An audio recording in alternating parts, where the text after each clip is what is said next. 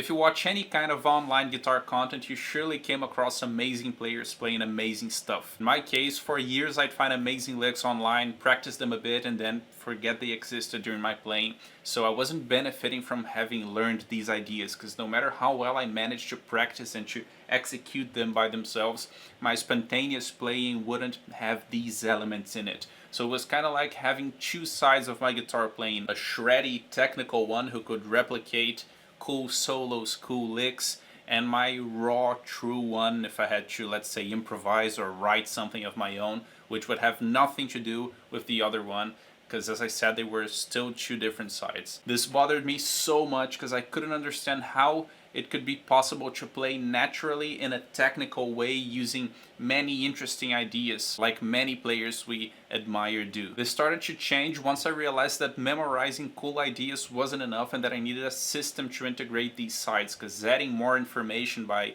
purchasing lick packs or learning more challenging songs from my favorite guitarists just wasn't enough. There was this missing link. So after dozens of hours of investigative study and trial and error, I realized I needed to know how to visualize the melodic paths from these licks within the scales and arpeggios on the fretboard, because then they would be clear, visible, and accessible. And not only the lick by itself, but also to break it down and learn from the different layers that make up that whole thing. We have to understand how they work, why they sound great, and how to visualize them. So this series will be exactly a documentation of this process. Over the years, I've bookmarked dozens of interesting licks that inspire me and to some degree represent how I want to be able to play. So this is the first episode, and I can already tell you that this series will be of massive value, so I highly recommend subscribing to the channel so you don't miss the next episodes and my other videos in which I share a ton of other stuff you might find interesting. So for this first analysis, we're going to be watching Nick Johnston improvising his solo on Young Language. This is an amazing song. I love this song. And in this specific version, he's playing it.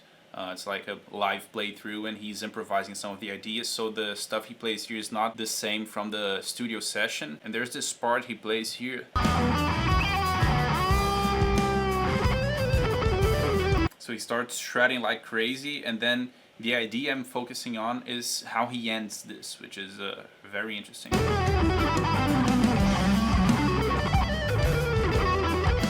It's here, this one. So let's get this idea. So this is the lick he's playing.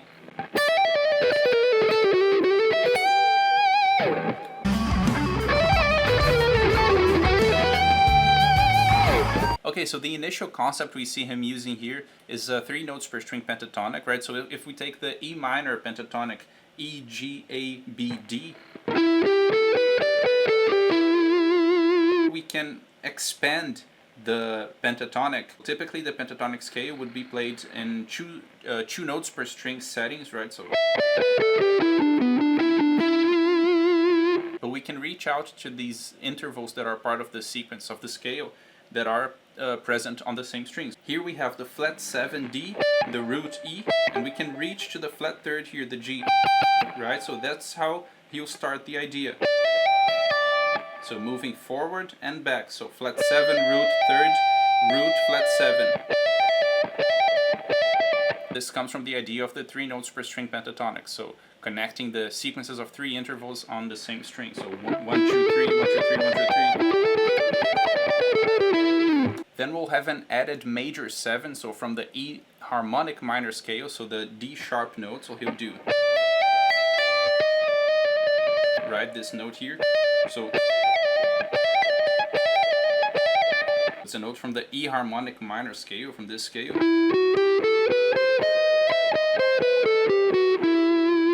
Then following this, we'll have a blues pentatonic idea. So note how we're mixing many different elements. We started with 3 notes per string pentatonic, then harmonic minor, and now blues pentatonic. So it's a very rich vocabulary, mixing many different ideas. So and then 5th, 7th, 5th, and then this little trill with the blue note, which will be blue note, 5th, blue note, 4th. So, and now guess what? We'll have another scale coming into the equation. So now we'll have the E natural minor scale. Okay, so after this,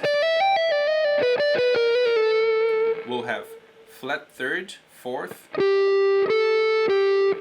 Now we'll have major second, flat third, and root. So we have.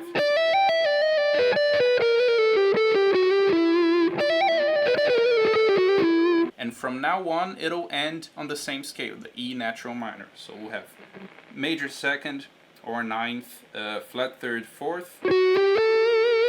String skipping here to the root, fifth, and a bend from the major second to the flat third, giving this interesting tension effect.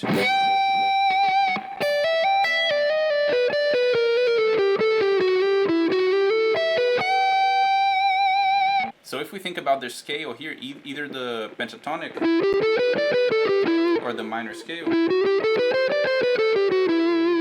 we can pull this melodic path from the flat 7 interval, which is where everything starts. So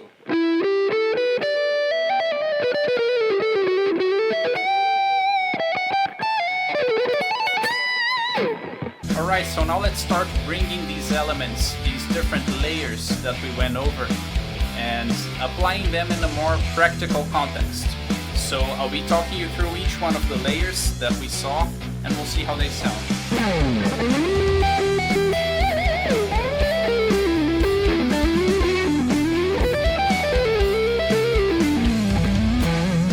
So the first one we saw was the 3 notes per string pentatonic, so we can get that linear sound, right?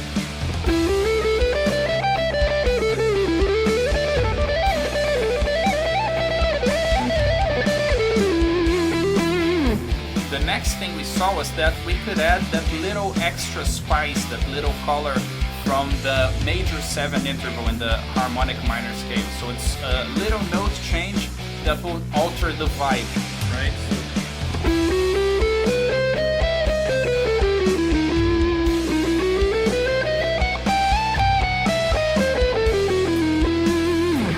The other thing we saw was that we could use that little blue note trill.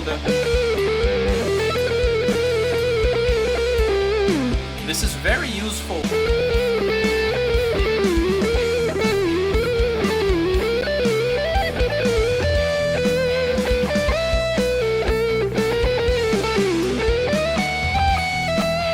Next, we can simply use the natural minor scale as it is.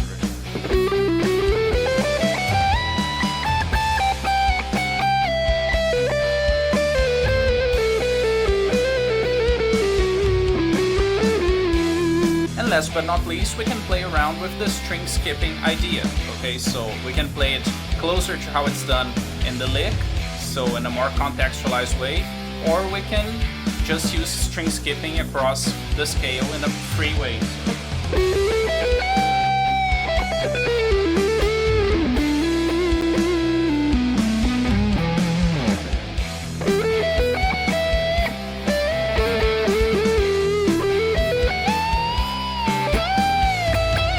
So Nick Johnston is an amazing player, and I really love his technique, his language, and how he connects different tools, as we saw, and makes it all sound like a single amazing thing. And there's of course a lot we can learn from that. If this maybe felt a bit tough to follow along and you felt like you didn't understand the elements really well, probably because I'm using certain tools, certain scales, arpeggios that you haven't really mastered yet, and that's exactly what my course Melodic Mind Map teaches. So how to actually see the fretboard and build melodic vocabulary step by step, so you can reach a point you can look at the fretboard and see the different scales, the different arpeggios, and connect everything fluently and achieve the so desired guitar freedom. So if you're tired of memorizing shapes without knowing what you play, you can head over to melodicmindmap.com and it's all there. So other than that, make sure to keep practicing, and I'll see you guys in the next video.